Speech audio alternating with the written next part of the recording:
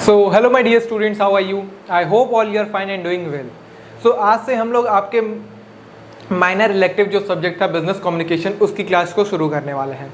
Basically मैंने जब आपके सिलेबस डिस्कस कर रहा था तो उसमें बताया था कि आपके जो माइनर इलेक्टिव है उसमें दो था। एक था आपका computer of application of computer. Minor elective में आपका दो सब्जेक्ट था, एक आपका था एप्लीकेशंस ऑफ कंप्यूटर और एक था आपका बिजनेस कम्युनिकेशन। तो हमारे प्लेटफॉर्म से आपकी जो क्लासेस प्रोवाइड की जाएंगी वो एप्लीकेशन ऑफ कंप्यूटर की नहीं कराई जाएंगी। हमारे प्लेटफॉर्म से आपको जो क्लास प्रोवाइड की जाएगी वो रहेगी आपके बिजनेस कम्युनिकेशन की। तो बिजनेस कम्युनिकेशन की क्लास प्रोवाइड करने का बेसिक फंडा ये है कि इसमें बच्चों को जो मार्क्स गेनिंग सब्जेक्ट है, बच्चे मार्क्स इसमें ज़्यादा स्कोर करते हैं। रही बात आपके अगर फील्ड की बात करें तो कॉमर्स फील्ड में आपको कम्युनिकेशन करना काफ़ी इंपॉर्टेंट रहता है और इसका आपको इन फ्यूचर भी काफ़ी सब्जेक्ट से आपको नॉलेज मिलेगी जो आपके इन फ्यूचर काफ़ी काम आ सकती है। सो इस वजह से हम लोग आपको बिजनेस कम्युनिकेशन की क्लासेस चलाएंगे। कंप्यूटर एप्लीकेशन ऑफ कंप्यूटर की क्लास नहीं चलेगी और इसमें ज़्यादा बच्चे इसको ऑप्ट भी नहीं करते हैं। यूनिवर्सिटी में इसका पिछली बार तो एग्ज़ाम भी नहीं कंडक्ट कराया गया था, बच्चे ही ने इसमें कोई चूज़ किया था। सो आप लोग को भी मैं सजेस्ट करूँगा, अगर आप लोग माइनर इलेक्टिव में कोई सब्जेक्ट चूज़ करना चाहते हैं तो बिजनेस कम्युनिकेशन को चूज़ कर सकते हैं। सो बिजनेस कम्युनिकेशन के जैसे सारा पेपर मैंने बताया था, इसके भी दो पेपर होते हैं, business communication first and business communication second. तो आज जो इस पर्टिकुलर वीडियो में हम लोग पढ़ेंगे वो बिजनेस कम्युनिकेशन फर्स्ट के बारे में पढ़ेंगे। उसके कुछ बेसिक्स हैं, उसको हम लोग आज बिजनेस कम्युनिकेशन के बारे में जानेंगे। सो सिलेबस में मैंने आपको बताया था कि बिजनेस कम्युनिकेशन के जो सिलेबस है बिजनेस कम्युनिकेशन फर्स्ट के, उसके सिलेबस को दो पार्ट में डिवाइड किया गया है, यूनिट 1 एंड यूनिट 2। तो आज जो चीज़ें इस पर्टिकुलर क्लास में हम लोग पढ़ेंगे वो है process and importance of process and importance of communication, type of communication जो कि एक दो पार्ट में डिवाइड किया गया है, वर्बल और non verbal, and different form of communication. So आज के इस पर्टिकुलर वीडियो में हम लोग ये 3-4 टॉपिक पढ़ेंगे और कम्युनिकेशन के एकदम शुरू से जानेंगे कि कम्युनिकेशन क्या होता है, हमारे बिजनेस में क्या क्या काम आएगा। ये सारी चीज़ें आपको इस पर्टिकुलर यूनिट में, यूनिट 1 यूनिट 2 में पढ़ाई जाएंगी। तो आप लोग कंटिन्यूटी बनाए रखें और जो जो चीज़ें आपको डिलीवर की जा रही हैं उसके अकॉर्डिंग बने रहिए। सो हम लोग आज के लेक्चर को शुरू करते हैं बिना का टाइम वेस्ट किए। सो फर्स्ट टॉपिक जो है हमारा वो है कम्युनिकेशन, कि एक्चुअल में कम्युनिकेशन होता क्या है। सो यहाँ पे लिखा है क्या है, communication is the sum total, एक सेकेंड,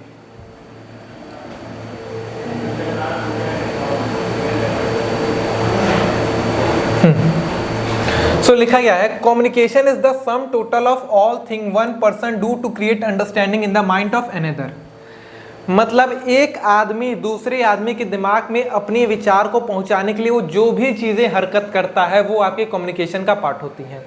मान लीजिए मैं सोच रहा हूँ, मैंने कुछ सोचा, अब आप समझ जाएंगे मैंने क्या सोच रहा हूँ, मैं दिमाग में क्या समझ रहा हूँ, मैं क्या सोच रहा हूँ नहीं समझ पाएंगे आप, अंतर्यामी तो है नहीं। अब बागेश्वर बाबा तो है नहीं कि मेरे मन में क्या चल रहा है उसको आप पकड़ लेंगे, कैच कर लेंगे तुरंत। तो कम्युनिकेशन क्या होता है, मेरे दिमाग में जो चीज़ें चल रही हैं उसको आपके दिमाग में पहुंचाने के लिए, आपके दिमाग में लाने के लिए तो मुझे कोई एक मीडियम चाहिए जिससे मैं यहाँ से अपने जो थॉट्स हैं उसको आपके दिमाग में पहुंचा सकूं। तो उसके लिए मुझे क्या करना पड़ेगा, या तो मैं कोई एक्शन करके आपको बताऊं कि मैं ठीक है, तो मैं पानी मांग रहा हूँ आपसे, या फिर कोई और चीज़ करूँ, कोई और एक्शन करूँ। दो चीज़ें कम्युनिकेशन में हो सकती हैं। मतलब बेसिक कम्युनिकेशन का मतलब क्या है कि मैं अपने विचारों को आपके दिमाग तक लाने के लिए जो भी चीज़ें करूँगा, जो भी एक्शन करूँगा वो कम्युनिकेशन कहलाएगा। वही चीज़ लिखी है यहाँ पे, सम टोटल, यानी कि सारी चीज़ों को मिला के जो एक आदमी करता है दूसरे आदमी को अपने थॉट समझाने के लिए, वो आपका कम्युनिकेशन कहलाता है। Communication involve interchange of information, thoughts to create mutual understanding. It is a continuous process, telling, listening and understanding. तो एक बात यहाँ पे आप लोग हाईलाइट करिएगा, जो कम्युनिकेशन है वो हमारा कंटिन्यूअस प्रोसेस है।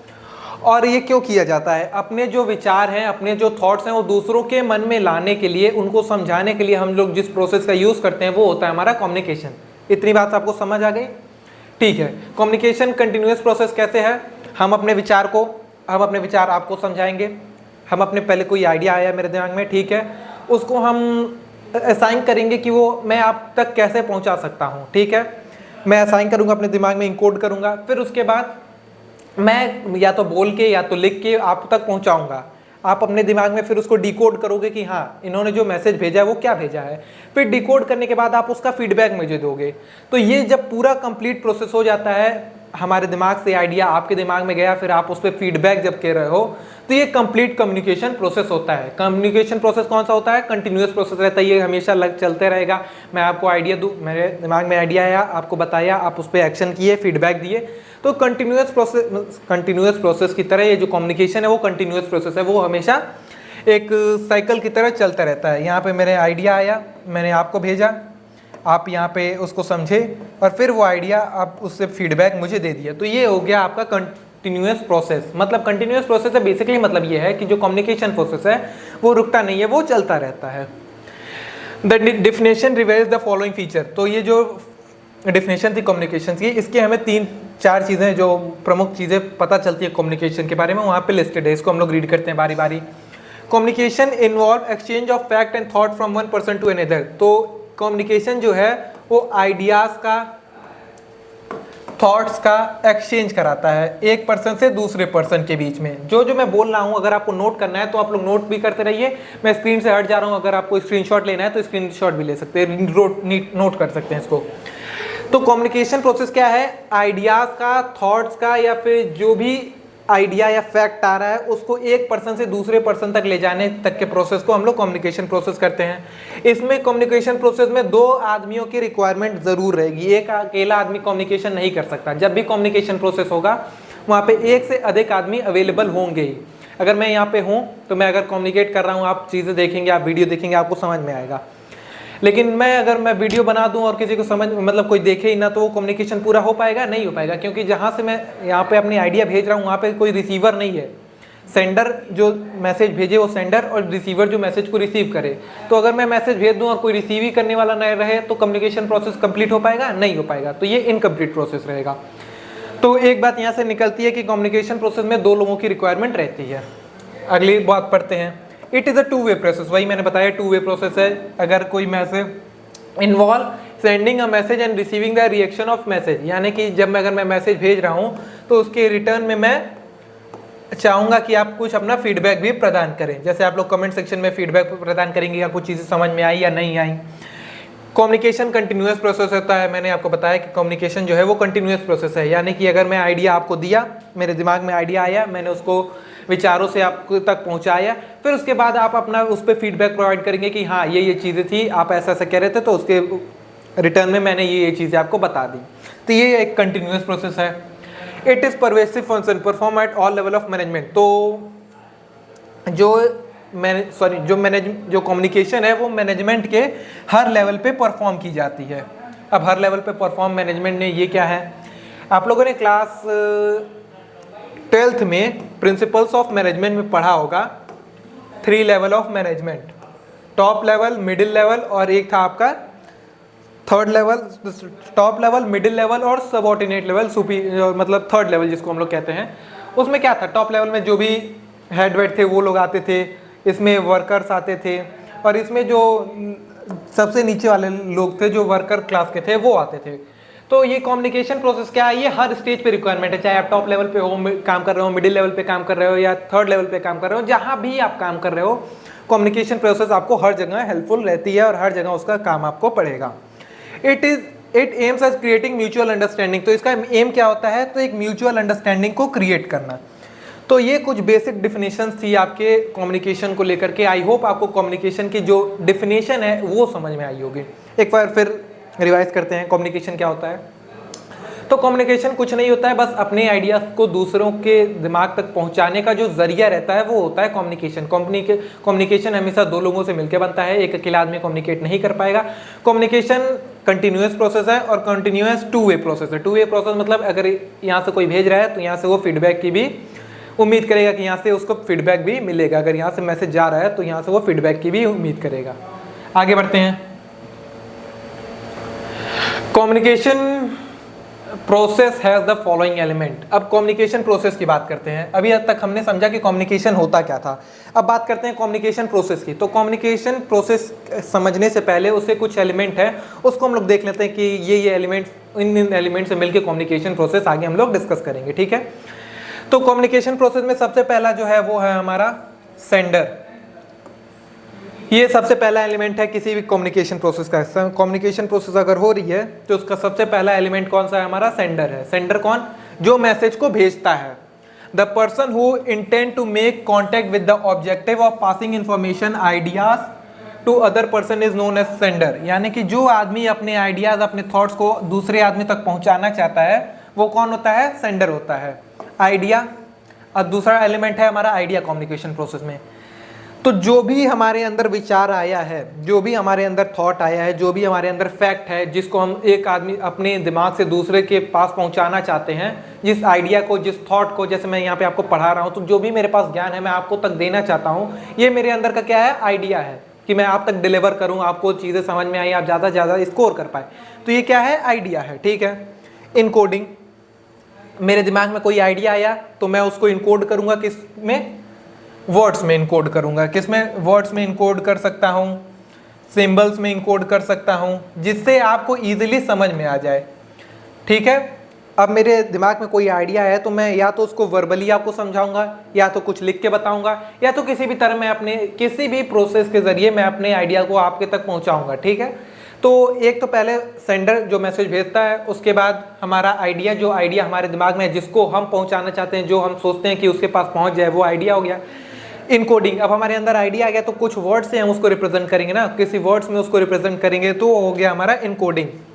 चैनल। चैनल की बात करते हैं कि हम किस माध्यम से अपने कम्युनिकेशन को करना चाहेंगे, चाहे वो हमारा वर्बल कम्युनिकेशन हो गया। दो टाइप के कम्युनिकेशन बेसिकली होते हैं, एक होता है वर्बल, एक होता है नॉन वर्बल।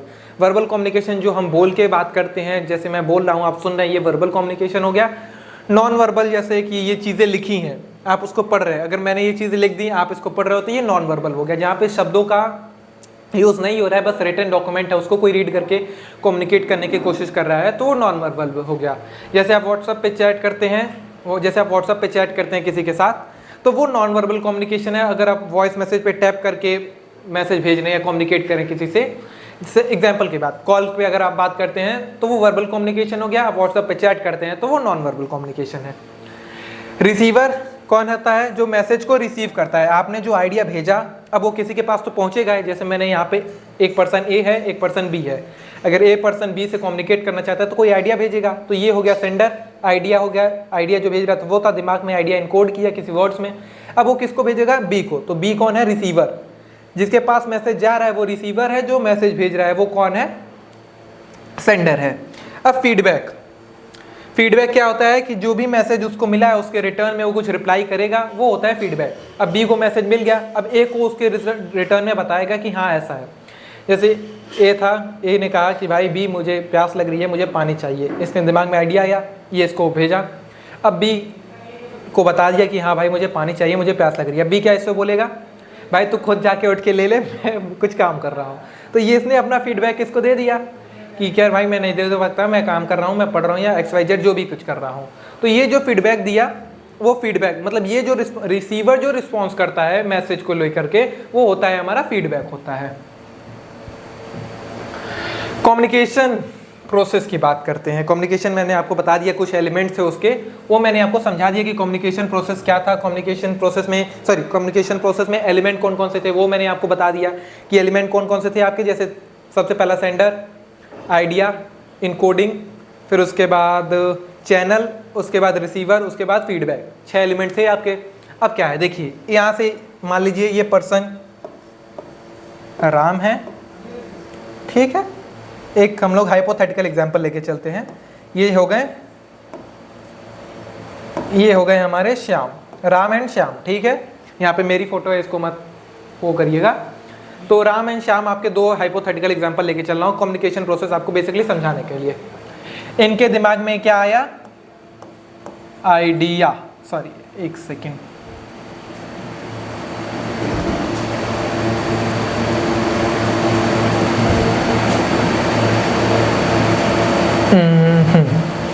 इनके दिमाग में आया आइडिया। ये अब ये जो राम है ये क्या है? ये राम जो है वो क्या है? सेंडर। जो मैसेज भेजता है वो कौन होता है? सेंडर। और ये श्याम जो है ये क्या है? रिसीवर है। रिसीवर, जिनके पास मैसेज पहुंच रहा है वो कौन है? रिसीवर है, ठीक है। इनके पास आइडिया आया, अब ये किसी तरह ये सोच रहे हैं कि हाँ मैं इनसे कम्युनिकेट कर चुका हूँ श्याम से, तो ये क्या अपने दिमाग में आइडिया आया, अब इसको ये इनकोड करेंगे किसी लैंग्वेज में। क्या करेंगे? इनकोड करेंगे किसी लैंग्वेज में, या फिर अगर लिख के पहुंचाना है तो लिख के करेंगे, या फिर बोल के पहुंचाना है तो किसी वर्ड में ये इनकोड करेंगे। इनकोड हो गया। अब ये मैसेज पहुंचा किसके पास?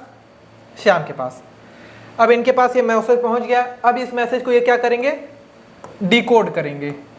उसको समझने के लिए ये मैसेज को अब क्या करेंगे? डिकोड करेंगे।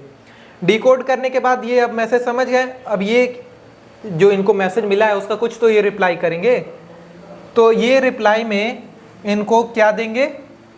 सॉरी एक सेकेंड, लाइन सीधा करते हैं अच्छे से जब बता रहा हूँ तो। हाँ, तो इनको जब मैसेज पहुँच गया, मैसेज मिल गया, अब इसके बाद रिटर्न में ये इनको फीडबैक प्रोवाइड करेंगे। क्या प्रोवाइड करेंगे? फीडबैक प्रोवाइड करेंगे।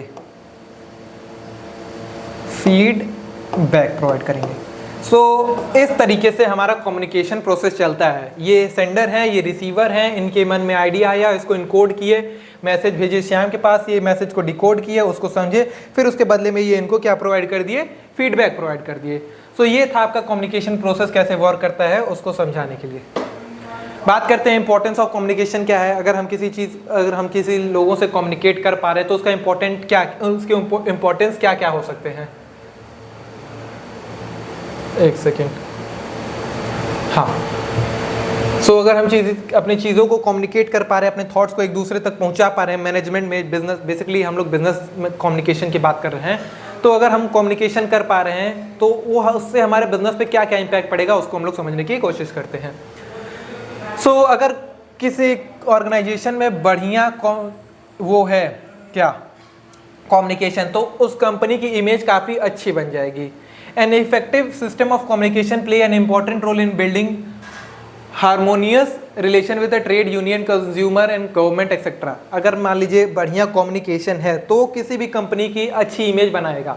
अगर आप दुकान पे सामान लेने जा रहे हैं, कह रहे हैं अंकल हमें ये सामान दीजिए, वो डांट के आपको भगा दे, नहीं हमारे पास, जाइए आप यहाँ से, तो उसकी जो इमेज आपके दिमाग में बनेगी, अगली बार से आप उस दुकान पे जाने से कतराएंगे, नहीं जाएंगे। किसी ऐसी जगह पर जाएंगे जहाँ पे पोलाइटली वेज में बात हो रही है, आपको अच्छे से ट्रीट किया जा रहा है, आपको आने पे आपका स्वागत किया जा रहा है, तो उस जगह पे आप जाएंगे, वहाँ जगह ज़्यादा जाना प्रेफर करेंगे। तो एक इमेज बन गई ना वहाँ पे, जहाँ पे आपको अच्छा कम्युनिकेशन दिया जा रहा है, जहाँ से आपको अच्छे ट्रीट किया जा रहा है। तो किस वजह से हो पा रहा है? अच्छे कम्युनिकेशन की वजह से हो पा रहा है। तो कम्युनिकेशन आपकी कंपनी की इमेज अच्छा बनाने में काफ़ी हेल्पफुल रहता है। इफेक्टिव एडमिनिस्ट्रेशन, अगर अच्छा कम्युनिकेशन हो रहा है किसी एडमिनिस्ट्रेशन में, किसी कंपनी में, तो वहाँ का जो एडमिनिस्ट्रेटिव पावर है वो भी काफ़ी अच्छा हो जाएगा, उसको भी काफ़ी असरदार हो जाएगा। अगर किसी बिजनेस में अच्छा कम्युनिकेट हो पा रहा है, कम्युनिकेशन हो रहा है, तो उसका जो एडमिनिस्ट्रेशन है वो भी काफ़ी अच्छे से वर्क करेगा। कोऑर्डिनेशन काफ़ी अच्छा हो जाएगा। अगर अच्छा कम्युनिकेशन हो रहा है तो कोऑर्डिनेशन में बेसिकली मतलब होता है कोऑर्डिनेशन से तालमेल, तो कोऑर्डिनेशन काफ़ी अच्छा हो पाएगा। अगर कम्युनिकेशन किसी कंपनी या किसी बिजनेस का अच्छा है तो कोऑर्डिनेशन भी अच्छा हो जाएगा। बेटर डेलीगेशन ऑफ अथॉरिटी, तो डेलीगेशन ऑफ अथॉरिटी भी काफ़ी अच्छा हो जाएगा। Through communication subordinate come to understand clearly the limit of the authority and responsibility. अगर बढ़िया कम्युनिकेशन रहेगा तो जो सबऑर्डिनेट हैं उनको अपने जो पावर है या फिर रिस्पॉन्सिबिलिटी है उसके बारे में ज़्यादा अच्छे से देख रेख रहे, मतलब वो रहेंगे, उनको पता रहेगा कि उनका क्या जिम्मेदारी है, क्या कर्तव्य है, क्या करना है, कैसे करना है। वो सारी चीज़ें किससे क्लियर हो पाएंगी? बस कम्युनिकेशन के हेल्प से हो पाएंगी। कम्युनिकेशन दो टाइप के होते हैं, मैंने आपको बताया, verbal and non verbal. Verbal communication कौन सा होता है? जिसको हम लोग लिख के बताते हैं किसी को, अगर हमें समझाना है, अगर कोई भी चीज़ें हमें अपने दूसरे तक समझाना है तो वो वर्बली बताएं। अगर हम लिख के अगर मैं बोल के बता रहा हूँ तो वर्बल कम्युनिकेशन होगा। अगर मैं किसी को लिख के कोई चीज़ कम्युनिकेट करने की कोशिश कर रहा हूँ तो नॉन वर्बल कम्युनिकेशन होगा।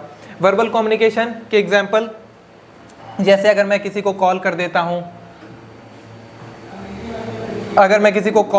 हूँ, या फिर लाइव उसके सामने जाके बात करता हूँ, या फिर डायरेक्ट ऐसे मैं आपसे बात कर रहा हूँ, कम्युनिकेट कर रहा हूँ, तो मैं वर्ड्स के यूज़ करके कर रहा हूँ। तो मैं आपसे कैसे कम्युनिकेट कर पा रहा हूँ? वर्बली। जब भी मैं आपसे किसी बात को, या जहाँ पे मौखिक वार्तालाप हो रही है, तो आपका वर्बल कम्युनिकेशन होगा। नॉन वर्बल कम्युनिकेशन, जैसे आप किसी से चैट कर रहे हो, लेटर अगर आप किसी को लिख रहे हो, किसी को आप सजेशन देना चाह रहे हो थ्रू लेटर या समथिंग एल्स, तो वो आपका नॉन वर्बल कम्युनिकेशन हो जाएगा। एक और डिफरेंस आता है वर्बल और नॉन वर्बल में कि वर्बल कम्युनिकेशन थोड़ा फास्ट होता है, नॉन वर्बल थोड़ा स्लो प्रोसेस है। वर्बल कम्युनिकेशन जैसे कि आप मान लो किसी को अगर आपको फ़ोन करना है कि हाँ ठीक है हमको 5 बजे, आप अपने दोस्त को फ़ोन मिला रहे हैं 5 बजे यहाँ पे आ जाना, अगर मैसेज आप किए पता नहीं वो टाइमली मैसेज देख पाएगा नहीं देख पाएगा, उस पर फीडबैक दे पाएगा अपना नहीं दे पाएगा। अगर आप डायरेक्ट कॉल कर दिए वर्बली या फिर उसके घर जाके बोल दिए उसे, तो आपको तुरंत उस पर फीडबैक मिल जाएगा। तो वर्बल कम्युनिकेशन जो रहता है वो थोड़ा फास्ट रहता है, इसको फास्ट कंसीडर किया जाता है, फास्ट वे ऑफ कम्युनिकेशन। इसको थोड़ा स्लो वे ऑफ कम्युनिकेशन कहा जाता है।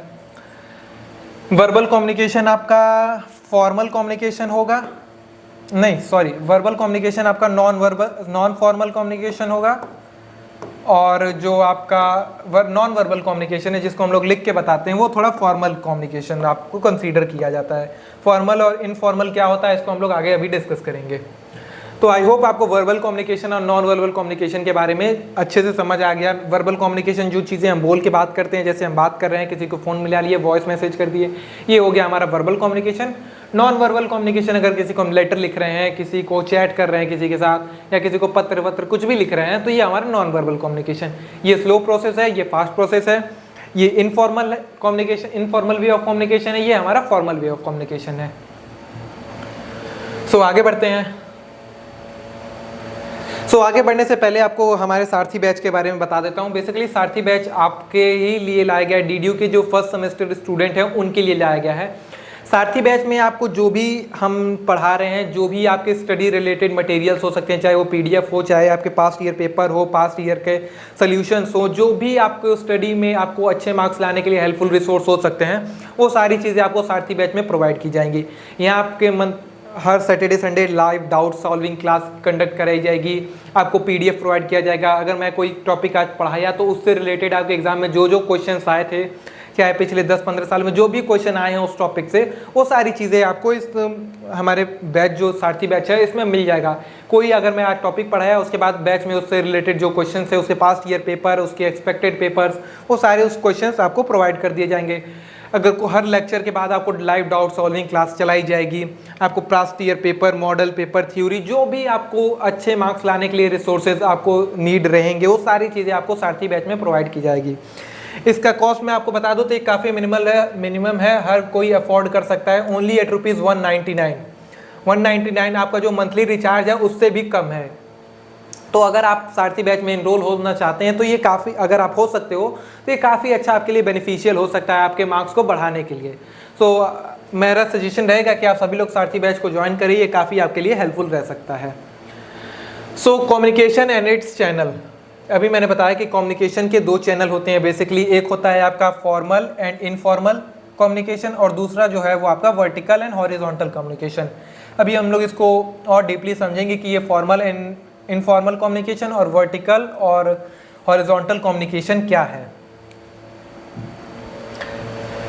फॉर्मल एंड इनफॉर्मल कम्युनिकेशन क्या होता है, इसको हम लोग समझने की कोशिश करते हैं।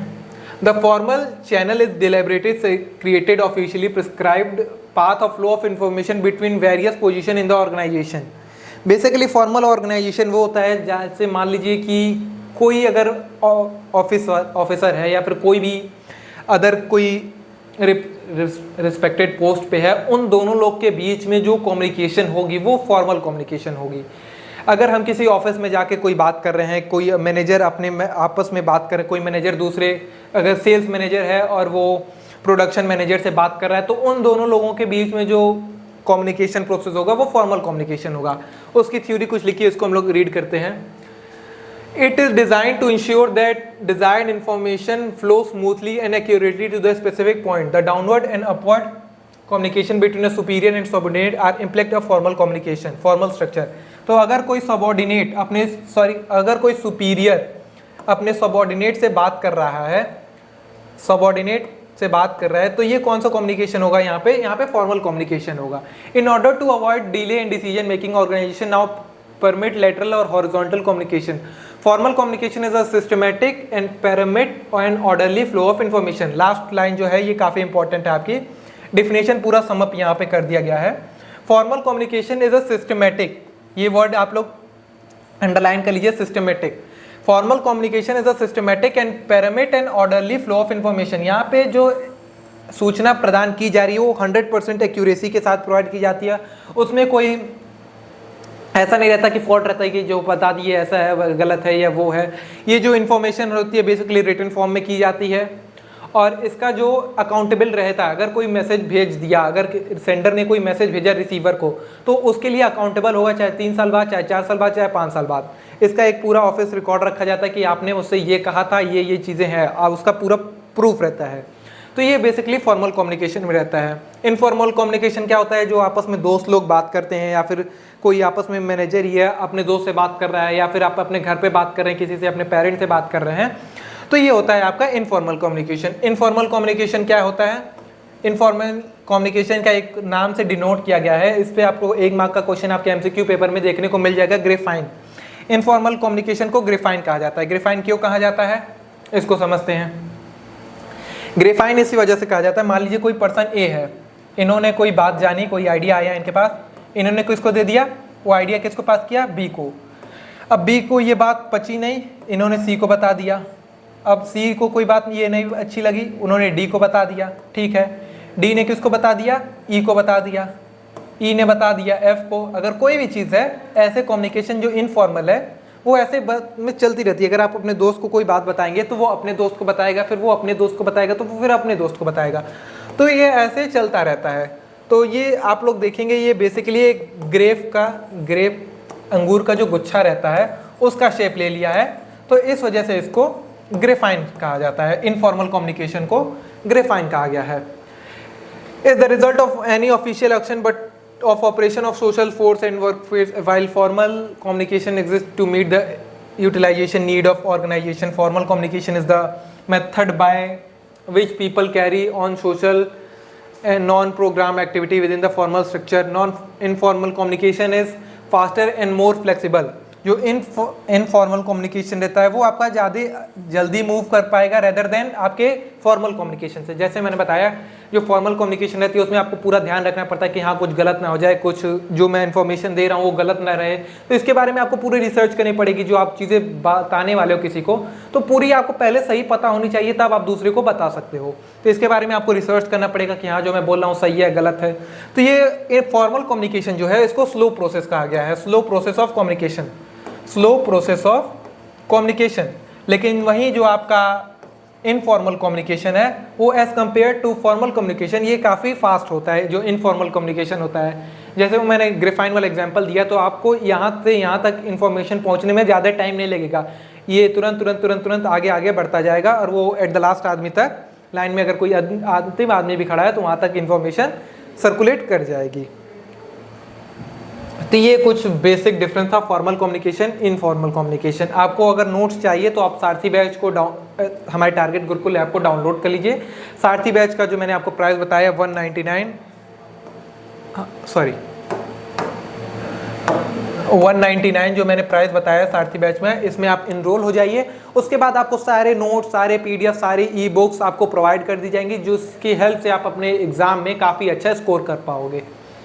आगे बढ़ते हैं, बात करते हैं हमारे वर्टिकल कम्युनिकेशन और हॉरिजॉन्टल कम्युनिकेशन। ये आज के टॉपिक का लास्ट टॉपिक है, इसको हम लोग खत्म करके आज का जो हमारा लेक्चर है उसको समाप्त करेंगे। तो वर्टिकल कम्युनिकेशन और हॉरिजॉन्टल कम्युनिकेशन क्या होता है इसको हम लोग समझते हैं। तो बात करें अगर वर्टिकल कम्युनिकेशन की, तो वर्टिकल कम्युनिकेशन इसमें दो टाइप ऑफ कम्युनिकेशन इसके भी आते हैं, एक अपवर्ड कम्युनिकेशन, एक होता है डाउनवर्ड कम्युनिकेशन। इसको हम लोग समझते हैं क्या होता है upward and downward. Basically vertical communication जो होता है वो आपके सबऑर्डिनेट और सुपीरियर के बीच होता है। सबऑर्डिनेट और सुपीरियर के बीच कैसे कम्युनिकेशन हो रहा है, क्या इसमें अपवर्ड है क्या डाउनवर्ड है, इसको हम लोग समझते हैं। तो बेसिकली अपवर्ड कम्युनिकेशन कब होगा, यानी कि सूचना नीचे से ऊपर की तरफ जा रही है। अगर कोई सबऑर्डिनेट अपने सुपीरियर को कोई मैसेज पास करता है तो वो अपवर्ड कम्युनिकेशन होगा। कौन सा कम्युनिकेशन होगा, अपवर्ड कम्युनिकेशन। मान लीजिए अगर मेरे नीचे कोई आदमी काम कर रहा है, मैंने उसको उसको अगर मेरे तक कोई इन्फॉर्मेशन पहुंचानी है कि सर मैंने अपना काम कर रहा था, मैं काम हो गया, या फिर मेरे काम में ये दिक्कत आ रही है, तो उसकी जो भी दिक्कत रहेगी वो अगर मेरे तक पहुंचा रहा है, अपने सुपीरियर तक पहुंचा रहा है, सबऑर्डिनेट के पास अगर कोई भी इंफॉर्मेशन है वो सुपीरियर तक पहुंचा रहा है, तो उस केस में जो कम्युनिकेशन प्लेस लेगी वो रहेगी आपकी अपवर्ड कम्युनिकेशन। अपवर्ड कम्युनिकेशन में क्या क्या आएगा, जैसे अगर कोई सबऑर्डिनेट को दिक्कत आ रही है, प्रॉब्लम आ रही है, तो वो उसको ऊपर भेज सकता है, या फिर उसको कोई सजेशन देना है, कोई आइडिया देना है सबऑर्डिनेट को सुपीरियर को, तो उस समय वो अपवर्ड कम्युनिकेशन प्लेस लेगा। डाउनवर्ड कम्युनिकेशन कब प्लेस लेगा, जब जो सब सुपीरियर है उसको कोई मैसेज पहुंचाना है, कहां पे, सबऑर्डिनेट के पास। सबऑर्डिनेट के पास अगर कोई मैसेज पहुंचाना है सुपीरियर को, तो उस समय जो प्लेस लेगा कम्युनिकेशन, उसको हम लोग क्या कहते हैं, उसको हम लोग कहते हैं डाउनवर्ड कम्युनिकेशन। अब सुपीरियर सबऑर्डिनेट से कोई परमिशन तो मांगेगा नहीं, या तो कोई उससे ये तो बताएगा नहीं कि हमें ये करना है, हमारी हेल्प कर दीजिए, ऐसे कर दीजिए, वैसे कर दीजिए, कोई इससे परमिशन तो लेगा नहीं। ये क्या पास करेगा, सबऑर्डिनेट हमेशा सुपीरियर को ऑर्डर पास करेगा, या तो कोई नया रूल बना होगा उसके बारे में बताएगा सबऑर्डिनेट को। तो जब भी सुपीरियर सबऑर्डिनेट को कोई भी मैसेज पास करता है तो वो होता है हमारा डाउनवर्ड कम्युनिकेशन, और जब भी सबऑर्डिनेट सुपीरियर को कोई मैसेज पास करता है तो होता है हमारा अपवर्ड कम्युनिकेशन। इसके कुछ एस्पेक्ट्स है, उसको हम लोग देख लेते हैं। सॉरी, यहाँ पे देखिए अपवर्ड कम्युनिकेशन में क्या क्या आएगा, जब कोई सबऑर्डिनेट सुपीरियर को मैसेज पास करता है तो उसमें क्या क्या हो सकता है, डिस्कशन हो सकता है, सजेशंस हो सकता है, ग्रीवेंस हो सकता है, रिपोर्ट हो सकता है। तो ये सारी चीजों के लिए जब भी कोई सबऑर्डिनेट से सुपीरियर को मैसेज पास करेगा तो वो आपका किसका पार्ट होगा, आपका वर्टिकल कम्युनिकेशन का पार्ट होगा। ये अपवर्ड कम्युनिकेशन का पार्ट हो गया। अब डाउनवर्ड कम्युनिकेशन समझते हैं। डाउनवर्ड कम्युनिकेशन मैंने आपको बताया कि जब भी कोई सबऑर्डिनेट सुपीरियर अपने सबऑर्डिनेट को कोई मैसेज पास करता है तो डाउनवर्ड कम्युनिकेशन होता है। इसमें क्या क्या आएगा, इसमें आपका ऑर्डर आ जाएगा, इंस्ट्रक्शन आ जाएगा, अगर कंपनी में कोई नया रूल बना है उसके बारे में अपने वर्कर्स को बताना है तो डाउनवर्ड कम्युनिकेशन का पास हो, डाउनवर्ड कम्युनिकेशन का पार्ट होगा। इसमें रूल्स भी आ जाएंगे। हॉरिजॉन्टल कम्युनिकेशन क्या होता है, जब दो इक्वल पोस्ट के लोग आपस में कम्युनिकेट करते हैं। मान लीजिए ये पर्सन ए है, ये पर्सन बी है, ये सेल्स मैनेजर के हेड है, सेल्स मैनेजर के हेड है, और ये परचेज मैनेजर के हेड है, परचेजिंग के हेड है, ठीक है। तो इनके बीच में जो कम्युनिकेशन होगा, अगर इनको कोई चीज बतानी है कि हमारे बिजनेस में ऐसा हो रहा है और ये ऐसा हो रहा है, तो इनके बीच में जो कम्युनिकेशन प्लेस लेगी वो आपकी हॉरिजॉन्टल कम्युनिकेशन होगी। जब एक सिंगल पोस्ट इक्वल पोस्ट के लोग आपस में कम्युनिकेट करते हैं तो वो हॉरिजॉन्टल कम्युनिकेशन होती है, और जब कोई ऊपर पोस्ट का आदमी नीचे पोस्ट पे कम्युनिकेट करता है तो ये वर्टिकल कम्युनिकेशन होती है। आई होप आपको ये चीजें समझ आई होंगी। तो यहाँ पे हॉरिजॉन्टल कम्युनिकेशन के बारे में क्या लिखा है, horizontal communication take place between equals, मतलब दो इक्वल पोस्ट के लोग के बीच में अगर कोई कम्युनिकेशन प्लेस ले रही है तो हमारी हॉरिजॉन्टल कम्युनिकेशन के अंदर वो चीजें काउंट की जाएंगी। तो यही था आपका basic principle of vertical communication और हॉरिजॉन्टल कम्युनिकेशन के बारे में। आई होप आपको ये चीज समझ आ गई। सो इस पर्टिकुलर डिस्कशन में इतना ही था। आई होप आपको जो भी चीजें मैंने पढ़ाया वो समझ में आया होगा। सो आगे के जो भी पॉइंट्स है उसको हम लोग आगे फर्दर वीडियो में कवर अप करेंगे। तब तक के लिए आप पढ़ते रहिए, एंड चैनल को सब्सक्राइब नहीं किए तो चैनल को सब्सक्राइब करिए। Thank you so much.